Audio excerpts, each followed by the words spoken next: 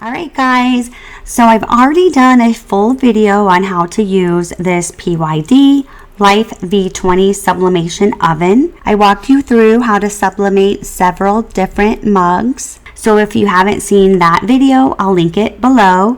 But today we're going to use the vacuum pump system feature and I'm going to walk you through it all. I'm really excited to try this out because you can sublimate some really cool items like a phone case, earbud case, and so much more. I already pulled everything out of the box. This is the vacuum tray, which is sold separately. This tray is already assembled, so all you have to do is take it out of the box. It also comes with a sealing cloth, silicone wrap, screwdriver, hole punch, seal ring, and the mold base, as well as heat resistant tape, shrink wrap in a couple different sizes, and the vacuum film and heat resistant glove. So by the end of this video, you'll know exactly what everything is for and how to use it. So let's get started. When you open the vacuum tray, you'll notice there's a silicone pad on the top and a Teflon sheet on the bottom. If you're sublimating something like a phone case or an earbud case, you'll use a jig, which is sold separately. The jig simply slides right over the metal bar and it fits snugly into place. If you're sublimating a flat item like a slate, ornaments, or anything that is not three-dimensional, then you'll remove the metal bar using the included screwdriver. For those projects, you'll leave the silicone pad installed on the top, and then you'll use sublimation paper. When you're sublimating three-dimensional items such as the phone case, you'll remove the silicone pad from the top, and then we're going to replace it with the silicone strip. You'll also use sublimation film instead of sublimation paper. Next, we're going to install the silicone strip. You'll only need to use one of the strips because the second one is an extra. After putting mine on, I realized that it's actually easier if you start in the middle. From there, pull the silicone strip nice and tight as you work your way around the tray, stretching it slightly so that it wraps all the way around and then it meets back in the center. Once you've made it all the way around, you'll want to position the two ends as close together as possible. This gives you a nice secure fit and it also helps keep the strip evenly in place. So when you print, you want to print on the matte side. You'd also want to make sure that you select semi-glossy, and this is an A4 sheet. You'll see 4 pins on top of the vacuum tray, and those pins are what hold the sublimation film in place when you close the vacuum tray.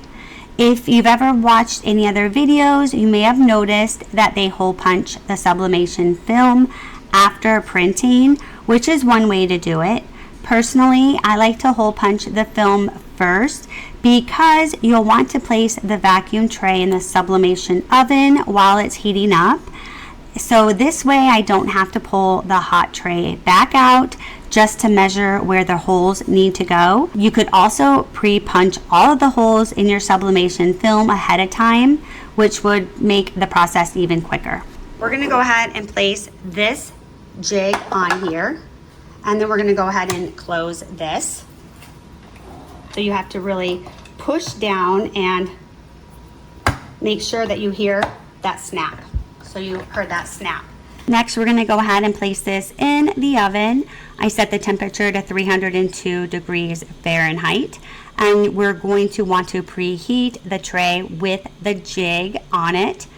And while we're doing that, we're gonna go ahead and hit print on the printer and wait for it to preheat. You'll wanna go ahead and make sure that your image is mirrored. Hit print, print again. Make sure it's your sublimation printer, size to be an A4 portrait. Then you want the quality to be high. We're gonna put it on color. Next, we're gonna go to more options, custom. Make sure that your high speed is not checked. Then advanced, we're going to change it to Adobe RGB, Gamma 2.2, and then I'm going to leave the rest as is, and we're going to go ahead and hit OK. Okay, print. You want to go ahead and make sure that whatever you're sublimating is clean. You've removed all the debris. You can either use rubbing alcohol or you can use a lint brush. I'm just going to put some alcohol on here.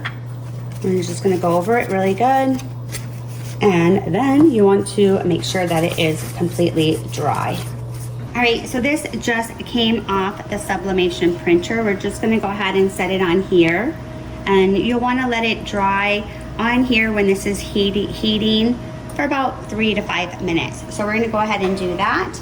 So I'm going to go ahead and put heat resistant gloves on because it's super hot. All right, so we're going to go ahead and pull this out. This is where a lot of people will then lay the sublimation film on, and you can do it that way as well, whatever's easiest for you. I just wanted to show you the other option. We're going to go ahead and place this on here. Whoops. Okay, make sure you don't get your fingers stuck. So that is securely on there. Take the image. You want to make sure it's right side up. So let's see here, that should be just like this. I'm gonna go ahead and line this up. Let me take my glove off. It is super hot. I'm gonna go ahead and line this up right here. And we're gonna do the same here. You just wanna make sure that this is securely on here. And perfect. Then we're gonna go ahead, close this. And then you need to give it some muscle. We're gonna push it all the way down. And now you need to hear it snap. So you have to do some muscle. And then see how that snapped? You want it to snap.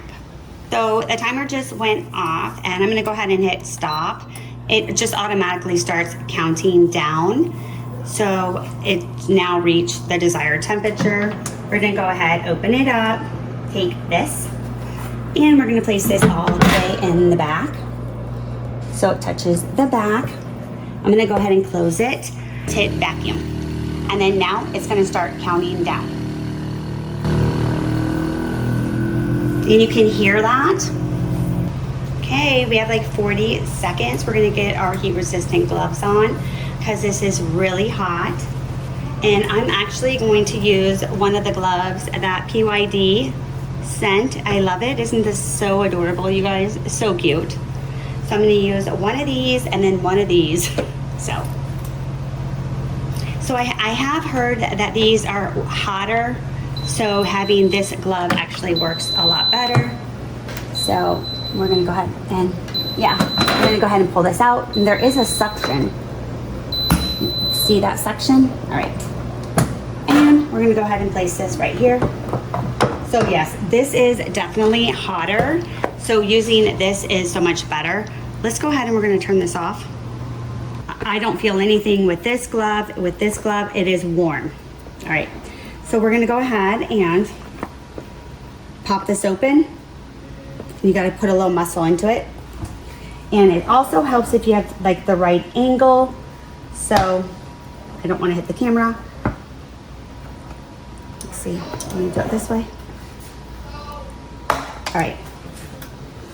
Then we're gonna open this up. Can you see this is the vacuum? This is gonna be so cute, you guys. I can just tell. Oh my goodness gracious. See, that's what it looks like. This is so cute. Look at this. Oh, that is so adorable. Look at that. It does the sides, everything. Look at that, you guys. That is so cute. That is really, really cute. So I did a few others. Isn't this so adorable? These turned out amazing. And look at this one. These all, look at the detail. I would love to know which one you guys like the best. Drop a comment below and let me know. And if you are interested in doing a project just like this, I'll leave the link in the description below for PYD sublimation oven plus the vacuum tray. So thanks for watching, guys, and I'll see ya in the next one. Bye.